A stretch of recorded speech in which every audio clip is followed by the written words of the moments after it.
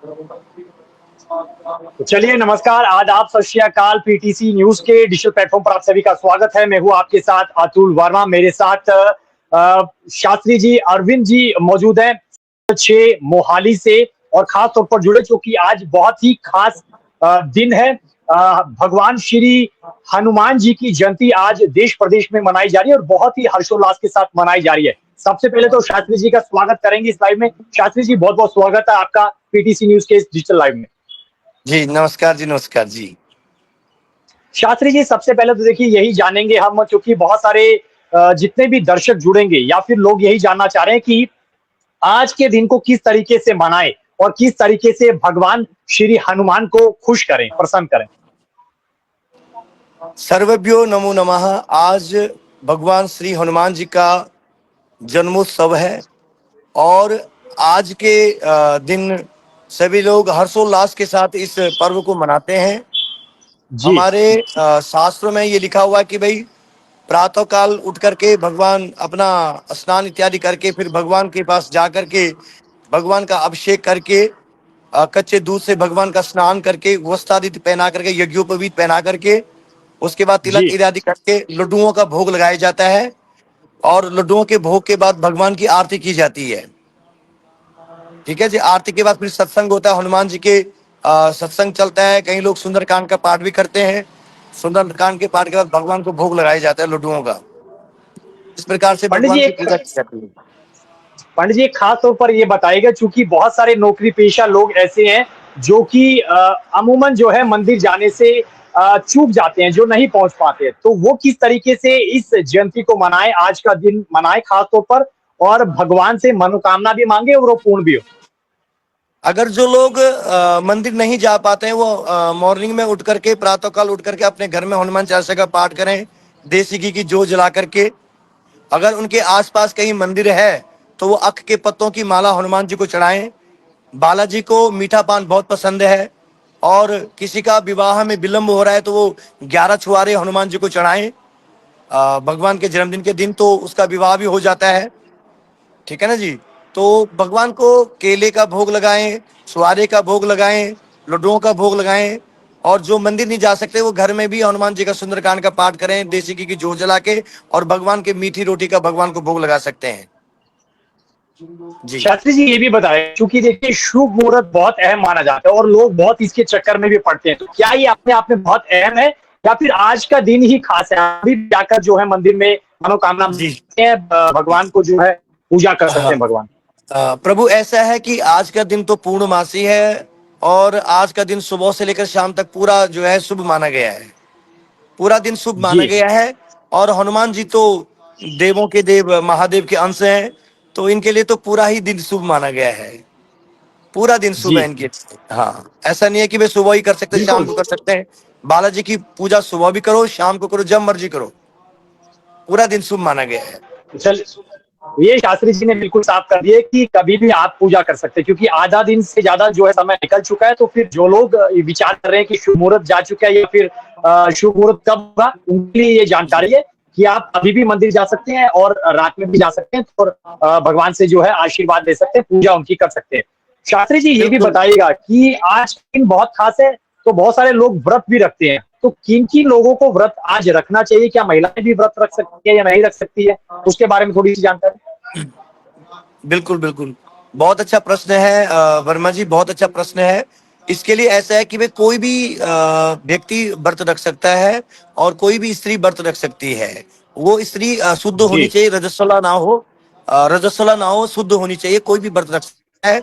और दिन में व्रत के शास्त्री जी, उपवास में दूध और एक शब्द का इस्तेमाल किया आपने, वो थोड़ा सा अगर आप एक्सप्लेन कर पाएंगे। हाँ, उस शब्द का नाम है रजस्वला। रजस्वला इसको कहते हैं जब स्त्रियां अशुद्ध होती है, उसको शब्द का नाम है रजस्वला। तो उस शब्द का क्या है कि जी उसको जब लेडीज प्रॉब्लम होती है, दिक्कत रहती है, तबीयत ठीक नहीं रहती, तो उसको रजस्वला कहा जाता है। अगर ऐसी सिचुएशन है तो वो फिर जी व्रत जी ना रखें, उपवास ना रखें।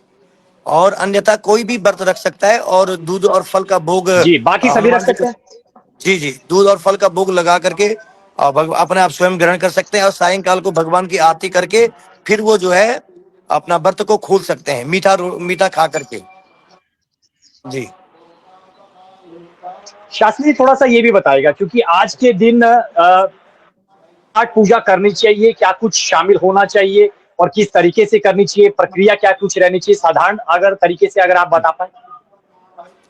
देखो जी, भगवान हनुमान जी बहुत ज्ञानी और बहुत जितेंद्रिय हनुमान जी को कहा गया है।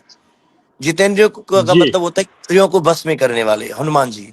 तो हनुमान जी जी ऐसे हैं, तो जी इनकी पूजा में भगवान का स्नान कराएं, दूध दही शक्कर घी से स्नान कराएं।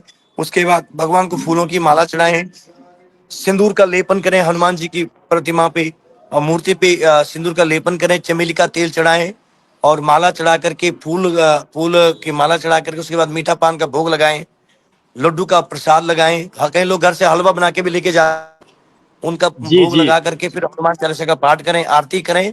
साधारण यही तरीका है हनुमान जी की पूजा करने का। और कहते हैं कि हनुमान चालीसा का पाठ हो, सुंदरकांड का पाठ हो, या उसके अलावा और क्या कुछ कर सकते हैं, और कुछ मंत्र हो, अगर मंत्र भी उसका जाप कर सके वो भी बताइएगा। हाँ जी जी, अगर कोई घर में नेगेटिविटी है या घर में ग्रह क्लेश इत्यादि होता है, तो एक उसके लिए एक मंत्र है, ओम हनु हनुमते रुद्रात्मकाय हुम फट स्वाहा। ये मंत्र है, इस मंत्र का उच्चारण करें और हनुमान जी को अक के पत्तों की माला चढ़ाएं, 11 अक के पत्तों की माला चढ़ाएं जिसमें श्री राम लिखें, श्री राम। उससे जी। हनुमान जी बहुत प्रसन्न होते हैं, बहुत प्रसन्न होते हैं हनुमान जी। तो उससे और चढ़ाने से किसी के भगवान घर बहुत में, प्रसन्न होते हैं। जी शास्त्री जी, अगर किसी के घर में कोई भी किसी तरह की दिक्कत नहीं है, सब कुछ मंगल तरीके से चल रहा है, तो फिर किन मंत्रों का जाप करना चाहिए वो भी थोड़ा सा बताइएगा। किसी को संतान हाँ प्राप्ति चाहिए, या विवाह में देरी जी है, या फिर अन्य जी कार्य रुके हुए हैं। हाँ, उसके लिए क्या है कि भाई हनुमान जी के कई मंत्र हैं वैसे। और ओम हनु हनुमताय रुद्रात्मकाय श्री हनुमते नमः, ये मंत्र है। इससे संतान की प्राप्ति के लिए और घर में आयु आरोग्य ऐश्वर्य की प्राप्ति के लिए ये मंत्र बहुत जी अच्छा है। इस मंत्र का उच्चारण कर सकते हैं। और जी एक और भी मंत्र है, मनोजवम मारुतुल्य वेगम जितेंद्रियम बुद्धिमताम वरिष्ठम वातात्मजम बाणमुख्यम श्री राम दूतम शरणम प्रपद्ये। इस मंत्र का भी उच्चारण कर सकते हैं 11 बार। इस मंत्र का उच्चारण जी करने से सारी बाधाएं दूर होती हैं और घर में सुख समृद्धि आती है। जी। शास्त्री जी आखिरी सवाल है, क्योंकि थोड़ा सा समय का अभाव है, लेकिन आज हनुमान जयंती है तो फिर समय का अभाव बिल्कुल नहीं रहने दिया जाएगा।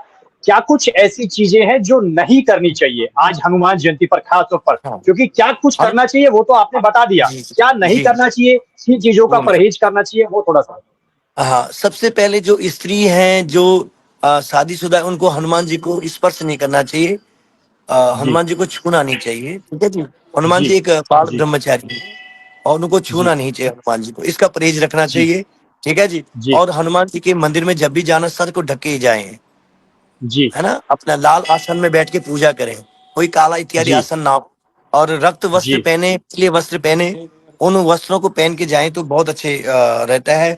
और जी विशेष तब जो है कि भाई हनुमान जी को टच ना करें, मूर्ति को स्पर्श जी ना करें स्त्री वर्ग। जी बाकी तो जी। हनुमान जी सामान्य है, ऐसी कोई वो नहीं है। चलिए शास्त्री जी, बहुत बहुत शुक्रिया, बहुत बहुत धन्यवाद आपका, आपने अपने कीमती वक्त में से समय निकाला और हमारे प्लेटफॉर्म पर आपने समय दिया। और पीटीसी परिवार की तरफ से भी आप सभी को श्री हनुमान जयंती की ढेर सारी शुभकामनाएं।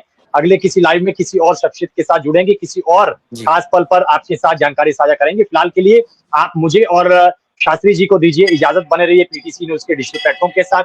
जय श्री राम, जय हनुमान। जय श्री राम, सभी को जय श्री राम, जय श्री राम।